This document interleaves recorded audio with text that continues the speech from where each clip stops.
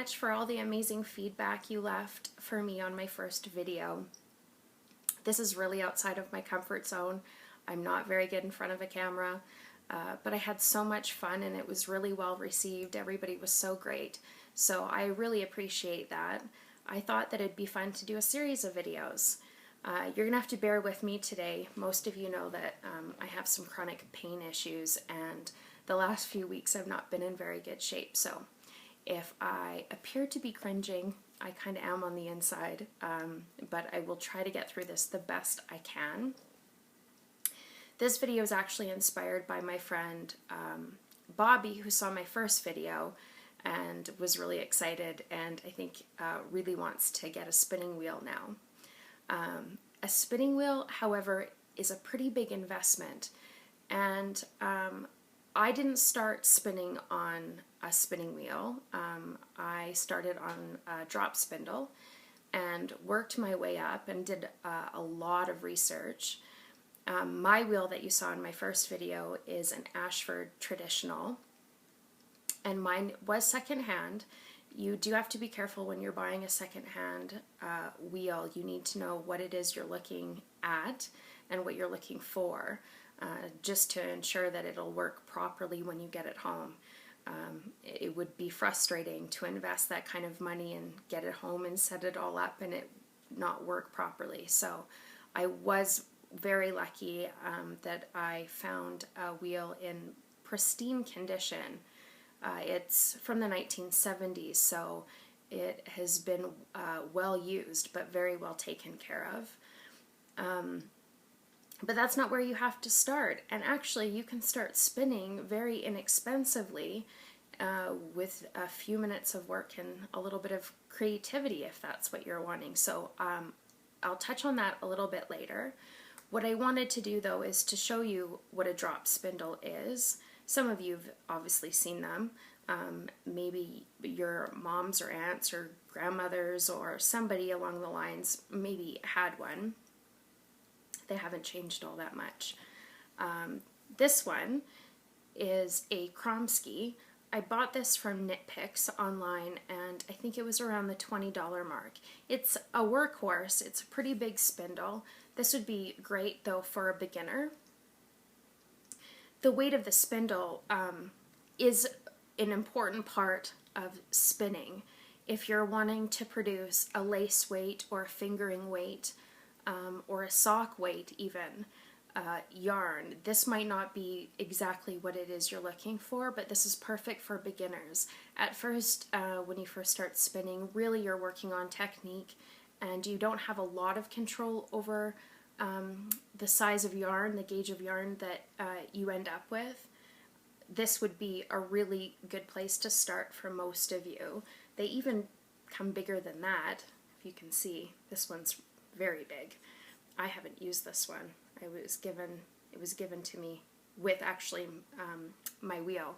So I'm assuming that this one is pretty old as well. And you can get little drop spindles. This little guy, this is one of my favorite drop spindles.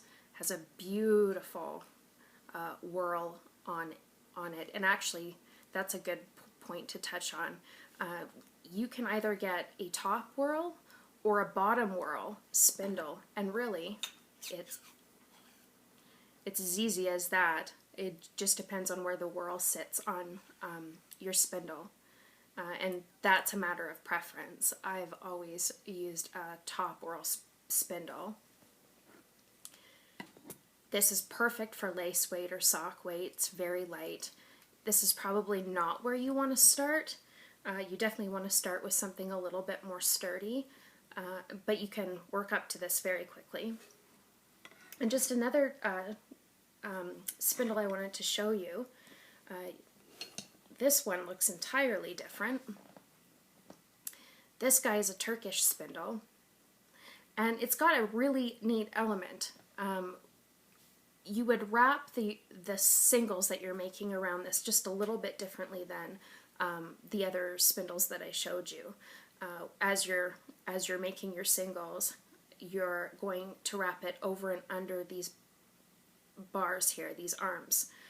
And so essentially, by the time that you're done, you're spinning, you have a great big ball sitting here.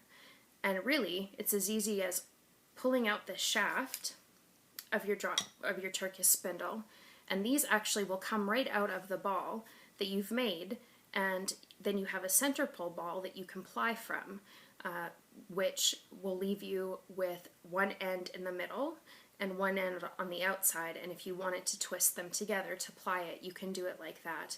I've actually not plied that way. I know people that have. I prefer a different method of plying. But this is kind of a neat spindle also, and this would be a good basic spindle for anybody to start. I got this at Nip Hicks online also, and I believe it was around the $20 mark too, so it wasn't that expensive. But if you are wanting to do something even cheaper than this, I can show you. You can make your own spindle. Actually, I've got a project on this one, so I can actually show you a little bit of spinning, pardon me, from this guy. I made this, and honestly, I don't think I spent more than $4 on it. This is just a wooden knitting needle that I had in my stash. I've got tons of knitting needles, a long straight knitting needle. I prefer using circular needles now when I knit, so I have all these needles laying around that I don't really do anything with. All we did was put a multi-purpose screw with a hook on the end into the top. I believe this came out of a package of different hardware for hanging pictures. You could get this at a hardware store for really cheap. And this, the whirl that I made on my handmade spindle, is a wooden toy wheel. You can go to a big box store like Michael's. They'll have tons of these, and I think it was a couple dollars at the very most. So really, with just a little bit of creativity, you can have your own spindle very quickly, and all you need to do is order yourself some fiber and you'll be spinning. And I can show you a demonstration quickly. If I can just hook this guy onto here. Now when you first start spinning, you would be drafting and spinning in separate steps. It's called the park and draft method. So you would be always spinning your spindle in one direction to build up that twist. And I've got my fingers, if you can see that, I've got my fingers held pretty tight here, so the twist is all from here to here. I'm not letting it go up my fiber.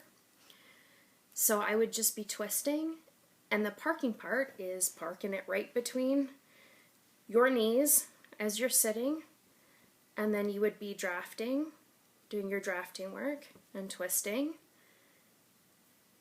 and then you'd be parking it again, drafting, and when it gets long enough, you just unhook it, and then you wind it up, and then you hook it back in, and you keep going. So it's really as simple as that.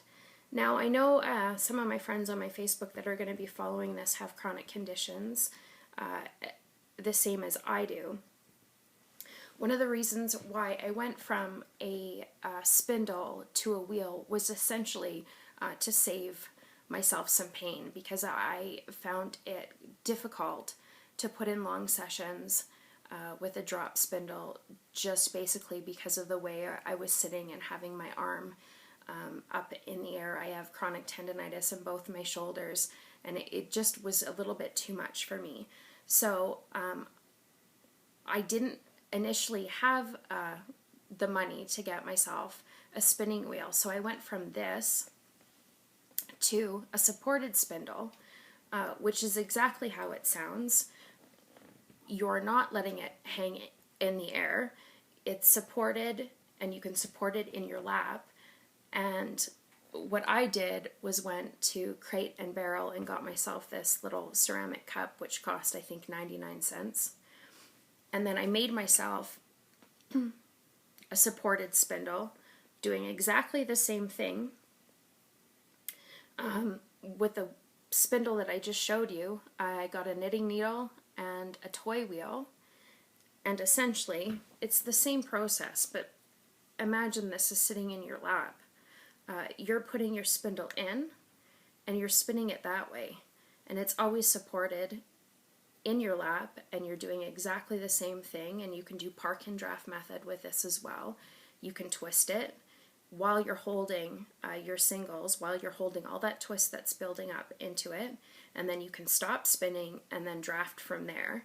And once you get good enough, you can spin and draft at the same time, and it goes by a lot faster. So there's a few examples for you.